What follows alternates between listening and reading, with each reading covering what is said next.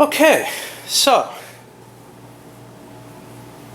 I'm tired of playing games that are new to me. I got a big pile of games that are new to me. Piles and piles of games that are new to me. But I want to go to an old favorite. And given the amount of time I've been spending on SPQR, well, I'm tempted and have succumbed to playing Republic of Rome.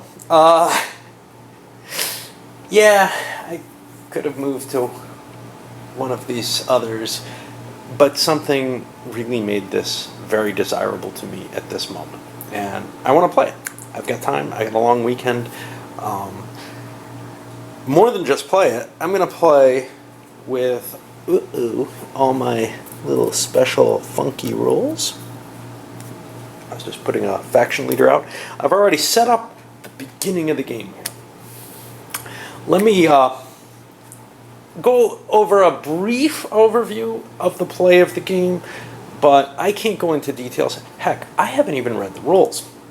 You might say, geez, man, how are you going to play this without having read the rules? Well, the rules are so bad that I hate reading them. I really, really despise reading them. And honestly, I don't get that much from doing so. It's a lot easier, I've played it enough times, to just kind of fake it. And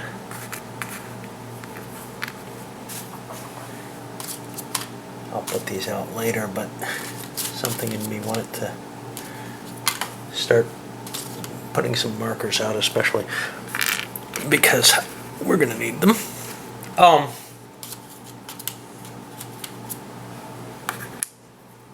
Okay.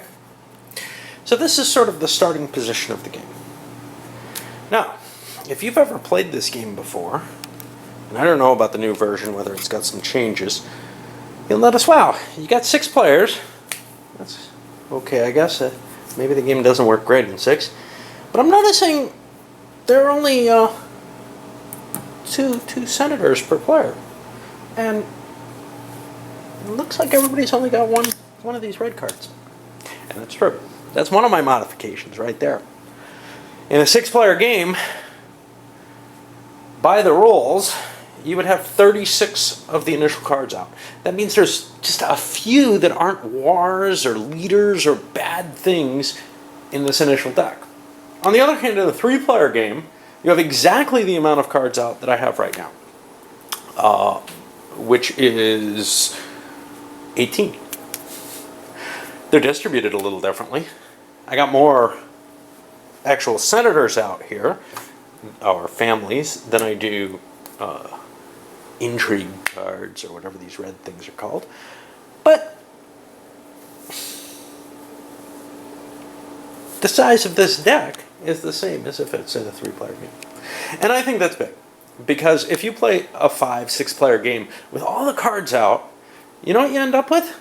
You end up with Rome collapsing very early in 90% of the games. On the other hand, if you play a 3-player game with this many cards out, you end up with Rome usually surviving.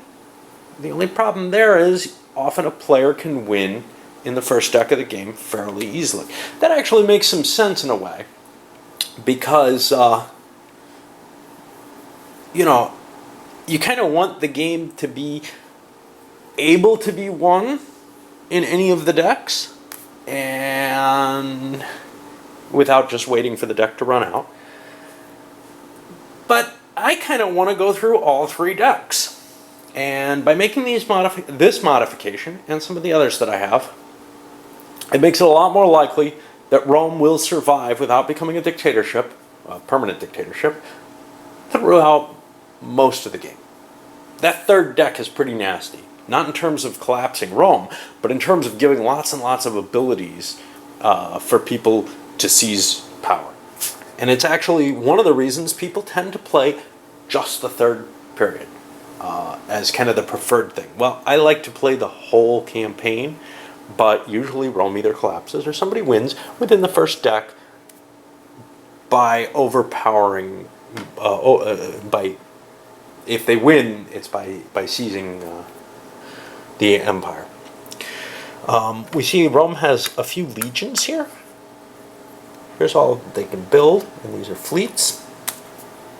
There's a few positions which are available, and yes, I'm playing with the optional rules or advanced rules or whatever you want to call it, which include governors and the Pontifex Maximus and priests and all that cool stuff. Alright, so what happens in the game? Well, first thing in every turn, there's a mortality phase. There's this cup of little chits, and you pull one out, and the number on there is somebody whose family croaks. So, here's the thing. There's sort of, this is one of the other things that I've replaced. There's this abstraction that each of these is a whole family, and that's true. That works. Maybe not so much for these guys, who are individual statesmen. But here's the problem. They can go on forever if their chit's not drawn, or if they don't fight in combat, or get assassinated, or fall to a plague, or whatever kills people. It's possible somebody could live through all three decks. The first deck is over 100 years. The other decks are a little shorter, I think, but there are all these tremendous amounts of time, and it does not really make sense to me that all the advantages that one senator accrues on his card would necessarily pass through the next generation or two. I like the way I play it better. What I do is, every turn, I increment a little marker, and at the beginning of the game, one person starts out with this little marker, and he starts out with a Roman Council marker, and he starts off with a prior council marker, and 5 additional influence. That's just to get the ball rolling, because somebody has to be eligible to be censor. We'll go over that in a moment. He's a little older than everybody else and a little more powerful. He also happens to be the card that the Scipii come from, which means that right away, since he's the number 1, you cannot really start off and kill the first Punic War with the Scipio advantage. On the other hand, somebody put out Fabius, who will be a useful leader to go prosecute that first Punic War if nothing else shows up. It's a good choice. It also protects this red card, and because there are influence peddling cards, intrigue cards that allow, and here's a secret, that allow a player to steal another player's card. Okay. Alright, so the first thing in every turn is you see who dies. Mr. Death gets drawn, and it's possible it could be more than one person. In the draw that I made, if that had stood, it's a 28. There's no card with number 28 even in the first deck, so nobody would die. Okay. These faction leader markers, you get to keep that leader if they die. However, if one of your other leaders dies, he goes into this space and can show back up if there aren't enough leaders in Rome itself. I think it's 8. You need 8 senators in Rome. Then we go to the revenue phase, and this is pretty simple. You just calculate up the money people get. Everybody gets $1 for their family. The faction leader gets 3. This goes right on their card. Also on their card, they get whatever money comes from their concessions. They also can get money from governorships, whatever. Pontifex Maximus produces money each turn. All this goes on your card at this moment. But we also determine how much the state makes. The state makes a base of 100 revenue, and it starts with 100 in pocket. Again, this is modified by wars that it's prosecuting, bad events that may be, or good events that may be taking place. The governorships can produce money or lose money for it. Maintenance of the forces, the land bills, all these things, all these little toys that you have here, they all affect the income of the state. Okay? And then, governors advance their turn markers. I add a year to everyone's age. Then each player is allowed to move money to and between their people and into their faction treasury, where it's mostly safe, but also less useful. And they can just pile it up there. They're also allowed to donate money to the state. If they donate money to the state, they get influence. Now, influence is very, very important as a way of trying to win the game, but it's also important in terms of certain votes. And, for example, if you're trying to try someone. All right. Then we go to the forum phase. In the forum phase, everybody gets an action. Now, there are 6 total actions, and this is one reason why maybe the 6-player game isn't so great, because everybody just gets one. In lesser number of players, after everybody takes one, everybody gets to bid on the remaining ones, and they pay cash in order to take an extra action. Okay, on your action, you roll 2 dice. And this is a quick note. I like these little rounded edges, not because some people say, oh, they roll better, they rounded, No, I like them because they look prettier. Okay, so you roll 2 of them. You look on the you roll 3 of them. You look on the random events table, and based on which deck you're in, early, middle, or late Republic, and that'll be the passage of time as we go through the decks, an event is drawn, and the events are listed over here. Oh no, I lied. I'm sorry. Wrong thing. You only roll 2 dice. Like I said at first, if you get a 7, you re-roll over here. If you get anything but a 7, the player gets a card off here, and those are going to be a mix of senatorial families, intrigue cards, and things like this. Wars, maybe special events that the state can handle, whatever. Okay? Then you're allowed to attempt to persuade a non-faction leader from another, or from Rome itself, from another player of Rome, and you do this by comparing your own influence and oratory, I believe, against their loyalty.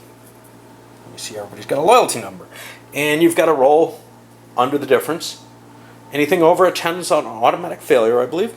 And if you succeed, you get that leader, and you get whatever gold's on him. Now, anybody can throw money from their faction treasury onto that leader, even if it's not theirs, to protect them. It becomes that leader's money no matter what. If the leader goes to the person who's attacking him, well, he's now gotten some bonus money.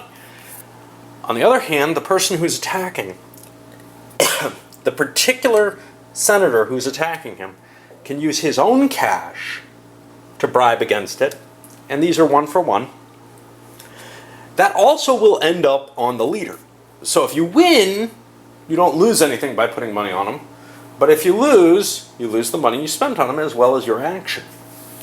In general, it's usually easiest to only take from the center of the board, even if people might defend against that, because every leader that's in a player's faction gets a +7 to his loyalty. There are some exceptions. Some leaders hate each other, and they will have a 0 loyalty if they're in the same faction as someone they hate. They're easy to bribe away.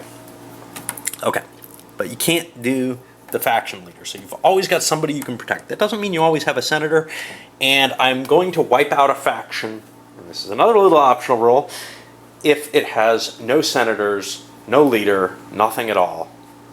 It just dies off. It becomes no longer an acceptable faction, because there's a lot of factions, and the names are actually on the back of these, sadly. I haven't put them on the front. Okay. Then you're allowed to attract a knight. You can pick one leader. You roll a die. I'm not sure what number you need. I think it's a 6, but it may be a 5 or a 6. You can spend money off the leader towards it. If you get a knight, you get it marked here on your knight's thing. It adds votes to you when you go to the forum.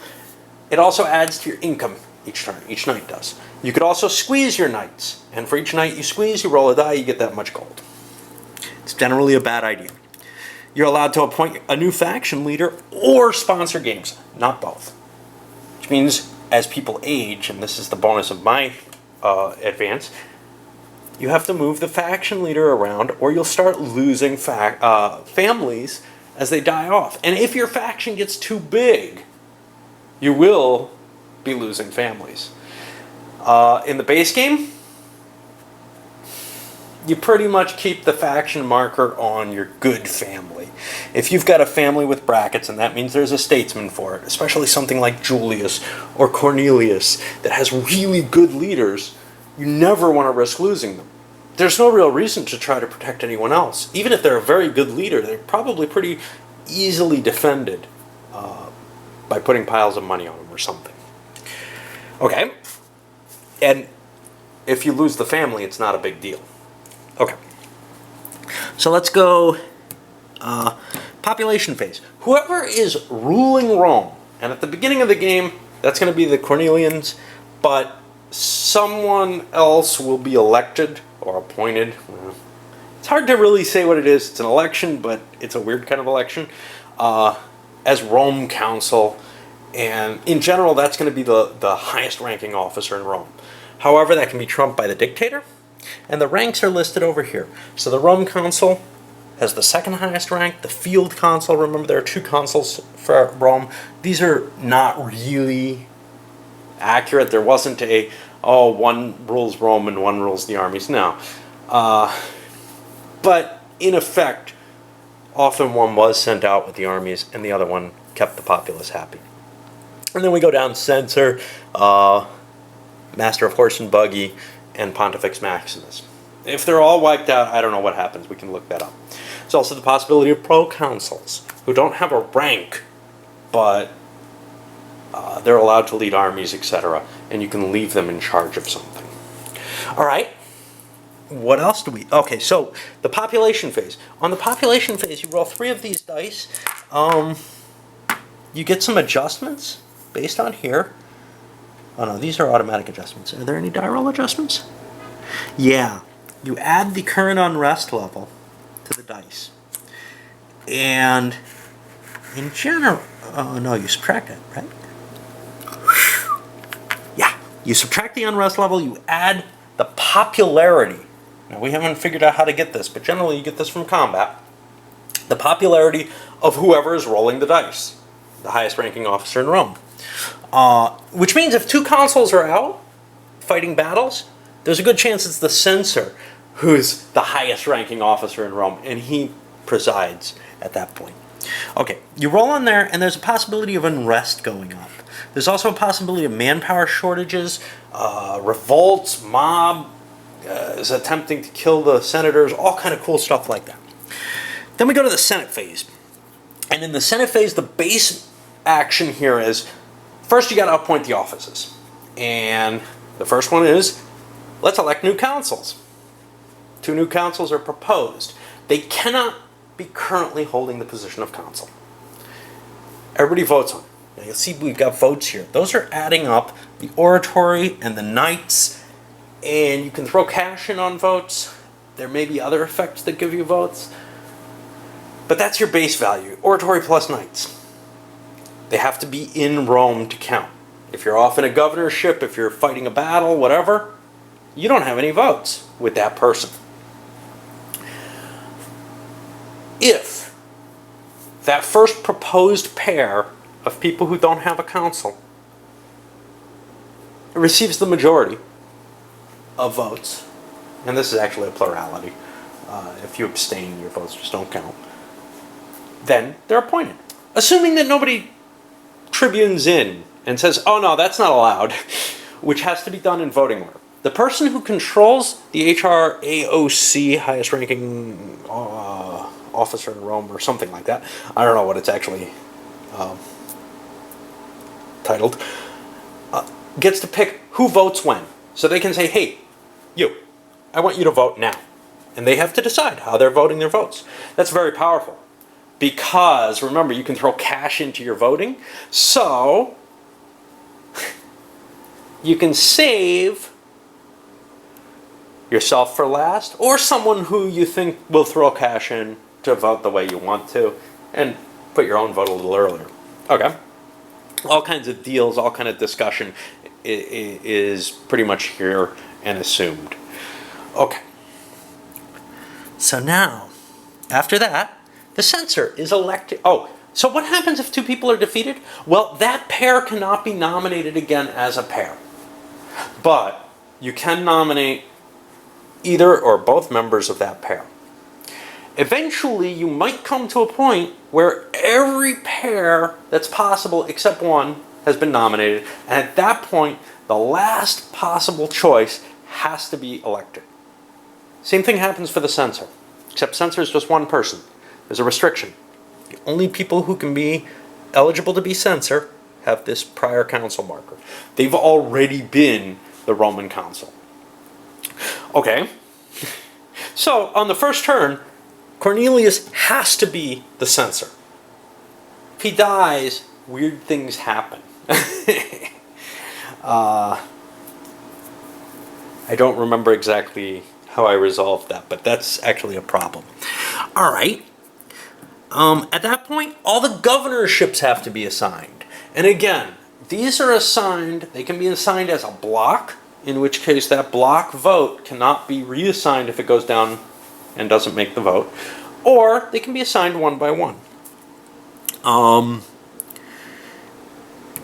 When the censor's appointed, he's allowed to conduct prosecutions. And prosecutions can be major, in which case they have to be against somebody who held an important office, which is consul, censor, dictator, pontifex maximus. Or they can be minor, in which case they can be someone who held a governorship, or someone who holds a concession. A major, if you lose, and this is done by voting, but there's also an appeal on the popular appeals table, which is available. If somebody has high popularity, or at least not low popularity, they may want to chance that. And they may be automatically freed, in which case the accuser and the prosecutor, for the censor to accuse someone, he has to have a prosecutor willing to prosecute against them. If it is one of his own people prosecuting, well, he can be immediately assassinated for that. And I believe that doesn't require a card. Okay. So, other business, pay for raising forces. Okay. The Army and the Navy have to be raised by votes. The players, again, can make a suggestion. I suggest we raise 6 legions. That gets voted down. I suggest we raise 7 legions. Or I suggest we raise 6 legions and a fleet. Okay, so you see, in a lot of cases, using like a one-shot, like a tribune, to cancel a vote doesn't work. If somebody's vote fails and everybody else opposed it, they have to give up the right to propose more actions. And the same goes with council, same goes with censor. A little bit of trickery there. Almost never happens because everybody always cuts deals. And you almost always know, is this going to pass or not? Okay, I'm not going to do it if it's going to fail. All right. Governorships, there's a limit. You can't send somebody out to a governorship if they just came back from one unless they're willing to accept it. The Senate can be adjourned. Oh, one of the other things that you can do, you declare who's going out with what troops to fight what battle. And in general, you can only assign troops to certain people. The first is the dictator, if he exists. How does a dictator happen? The 2 councils, early before they announce a censor, say, hey, we're screwed, man. In order to appoint a dictator, Rome has to have some problems. And that is a set of things, but one of the biggest is, I believe they're facing 3 or more active wars. If they're facing that, they've got a problem. Or if one of their wars is big enough, I think the limit is 20, they've got a problem. Unrest may affect this, I don't remember precisely. That would be a problem. In which case, a dictator's allowable. What's the bonus of a dictator? Well, 1, he's very good at combat. And 2, He gives you a third army you can have in the field. In general, you only have 2 armies in the field. Those are the 2 consuls. There's one caveat to this, which is that if you went and prosecuted a war and it didn't end successfully or an abject failure, you can leave someone, a consul or even a dictator, out there and proclaim that he's a proconsul. This is something that the Senate declares.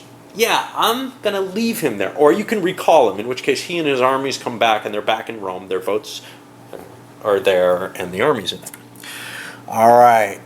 We're getting almost, I'm not going to have time to do all this. So I am going to come back, but I'm going to load this sucker up and then we'll hit another one. Okay, well, I'm going to just paste these together, see if they all go up. Took a little break, rested my voice, spammed up my thread. All right, so adjourning Senate, no big deal. It's a vote issue. Once it happens, no more business can be played. But there's these tribune cards. They're intrigue cards. They allow people to just cancel a vote if it's legitimate to cancel it. You can't cancel the last chance vote. So, for example, if somebody needs to be censor and they're the last person up, you can't say, oh, they fail, right? You can make anyone else fail, though, and thereby, and that often happens with censor because there's usually a limited pool of people who can be the censor. All right. One other thing that the Tribune can be used for, though, is, hey, I want this taken care of. And one of those thises in the other business is assigning these concessions. Once somebody dies, if they lose their concession to the forum, and it becomes appointable. We're going to hit some of the advanced rules because the Pontifex Maximus, I believe at this time, during the Senate phase, or maybe it's just before or something, gets to apply his priesthoods, which aren't a big deal, but they're extra influence or votes or something. Votes for war, and the Pontifex also has additional, he doubles his personal votes, not his whole faction, for war. He gets a free veto each turn, and he gets to appoint priests.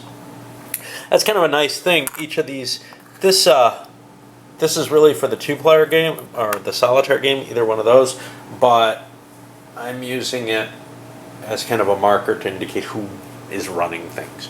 The HAROC, or whatever it is. The dude. Okay. So, then we come to the combat phase.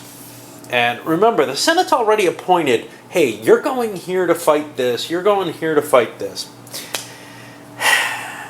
Each war has a set of strengths. The first one is its military strength. The second one is... let me try to remember. I cannot remember. Alright, I'm going to have to actually look this sucker up. Yeah, the second number is the fleet support number. You can't even fight that war unless on land unless you have 5 fleets present. And that makes sense. You have to be able to get to Sicily, and there's a certain naval commitment that must be made to do that. Okay. And the third number is the naval requirement in victory for war. So, a naval battle happens first. You have to win the naval battle in order to go on to the land battle. And the land battle is the 10/5. It says, I need 5 navies and I have to beat a 10 combat. How does the battle work? Again, it's a 3-die roll. It goes on the combat results table. And what you do is you add up the strength that the Romans have, which is the number of legions. These purple ones are elite legions. They count double. Plus the military values of the leaders. There could be more than one leader, in the sense that if the dictator and master of horse are together, they have multiple,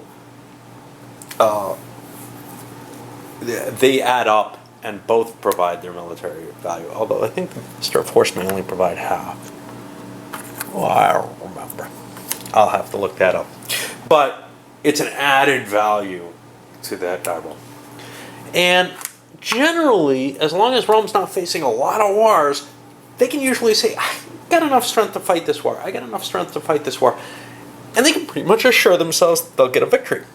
They might take some losses. If there are losses, those cause draws from here, which could kill only the people who are actually assigned to the war, which is usually one consul or proconsul, perhaps, but it could be the dictator and master force. Fine, and it could be a governor as well, because governors get stuck in wars too. We're not going to go into too much detail about the advanced rules, though. Okay. There's some special things, though. There's these D's and these S's. On natural rolls of 13, 11, or 14, it doesn't matter what happened. Something else happened. S's are stalemates, and I believe they're half the loss or something? Standoffs. A quarter of all legions and fleets are destroyed. Okay. A disaster, half of all legions and fleets are destroyed. Unrest goes up, and that's just bad. If you don't prosecute wars, they move over here, and they have bad effects. Among them is they cost the unrest. They also cost usually a price to the state treasury each turn. And something like this, no, not this one. Some of the Punic Wars will start rampaging through Italy and destroying some of the, we don't have any of them, there's tax concessions.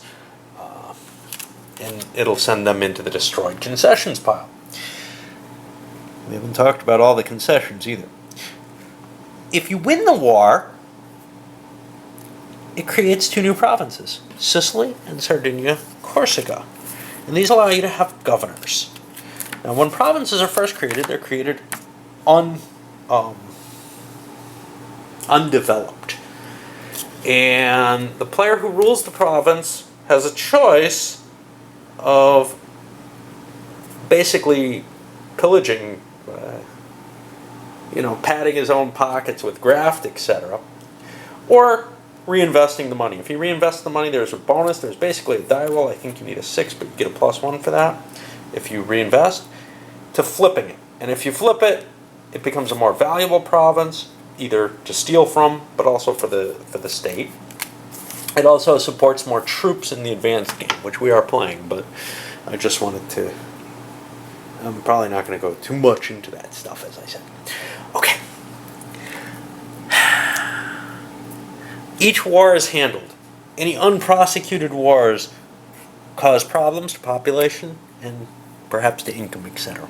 If you win the war, it creates perhaps spoils. It also creates money, which goes to the state treasury, unless, of course, the person who just defeated the war says, I'm marching on Rome, and then they get the money. Okay. We hit the revolution phase. At this point, you're only allowed to hold 3 intrigue cards in your hand.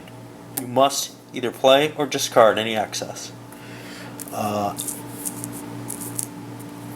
This is the only time you can play concessions or statesmen. I'll probably screw that up a few times and end up playing them a little later. We're not going to worry too much about that. And governors and victorious commanders hand back their troops.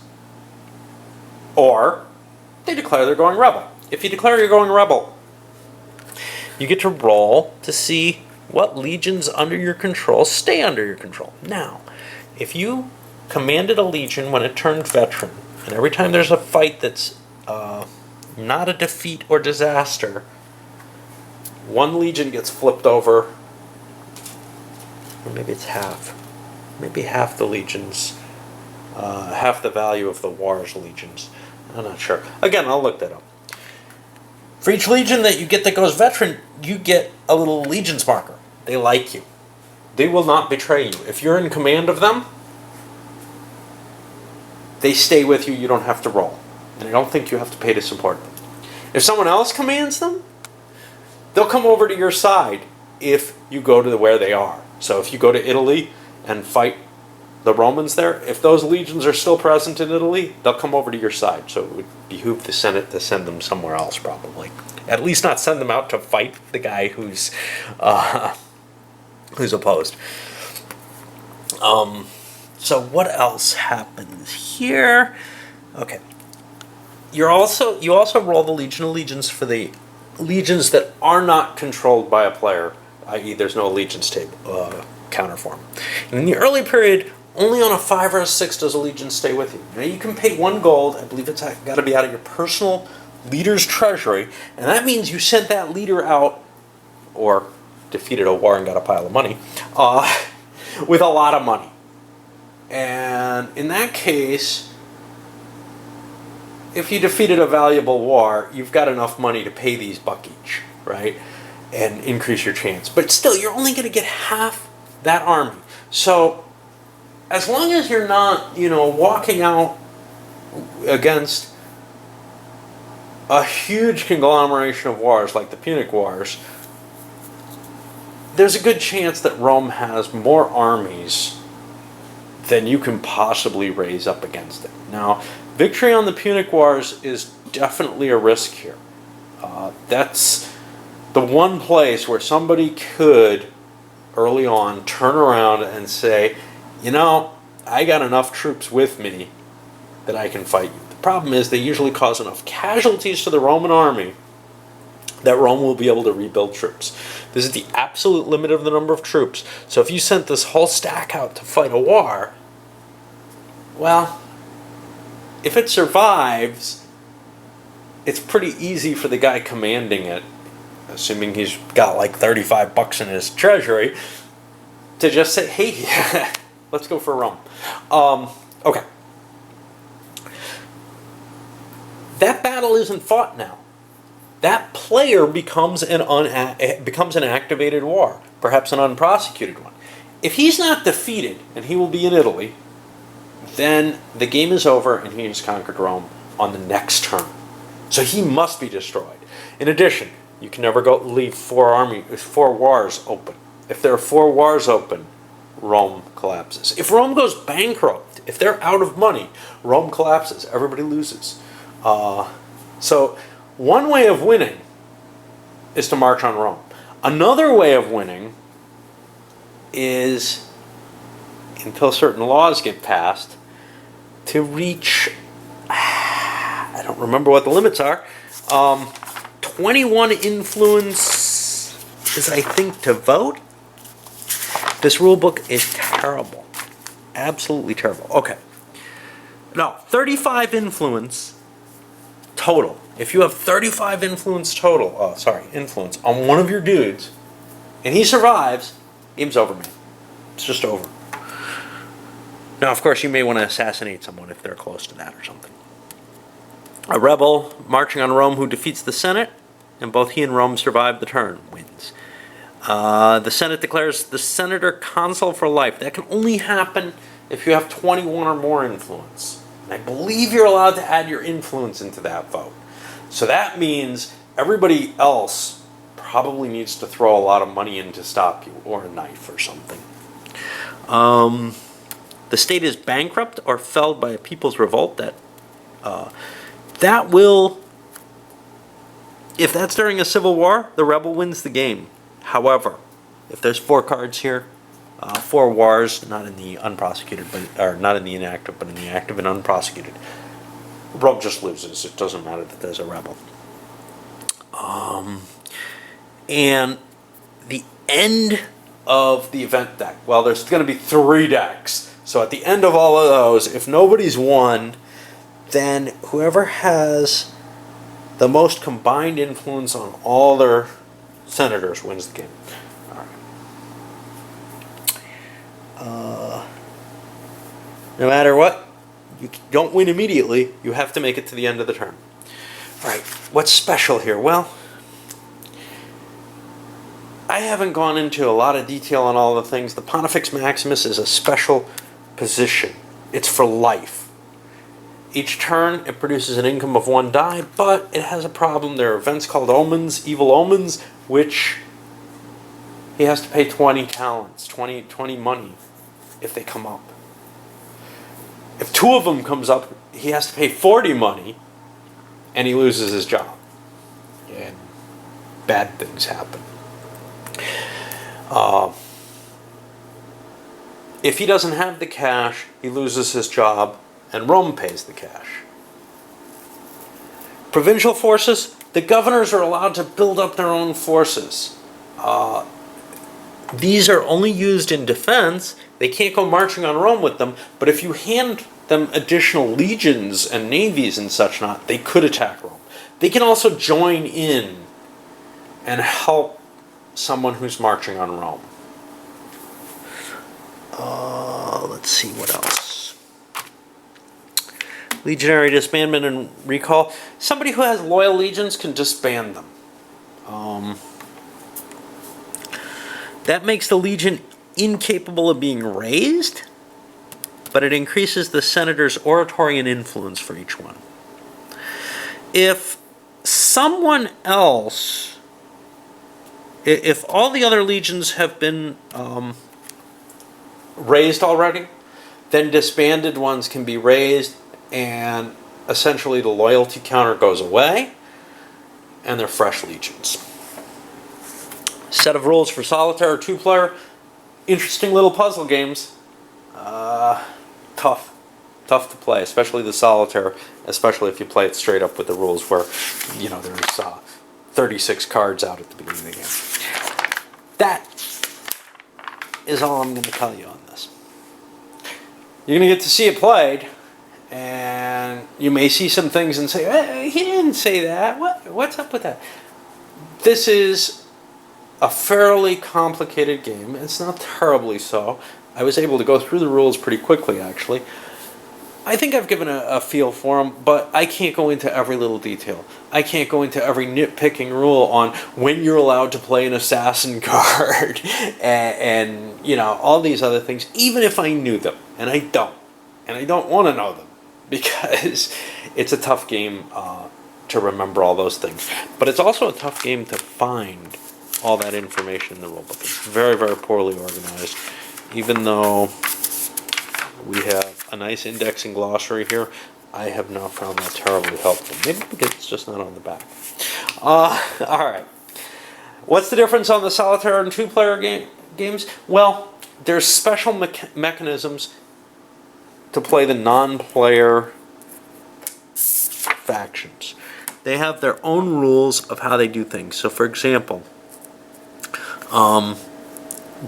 they have certain, guarantees. They will bid X amount if there's a free action available. And you want to bid for free actions. You want to get those free actions. And that'll only be an issue if I start wiping factions out, because they probably give you an extra card. Getting extra turns is cool because it probably gives you extra cards. Are extra cards good? Maybe, maybe not. If they're a war, they're not terribly good. But if they're a red card or a family, well, family goes into the forum, but it gives you the first shot to take them. If they're a red card, you can hold on to them. Different decks are color-coded differently. Nothing too exciting there. There are cards I didn't even explain called laws, which don't require any voting. They just get played.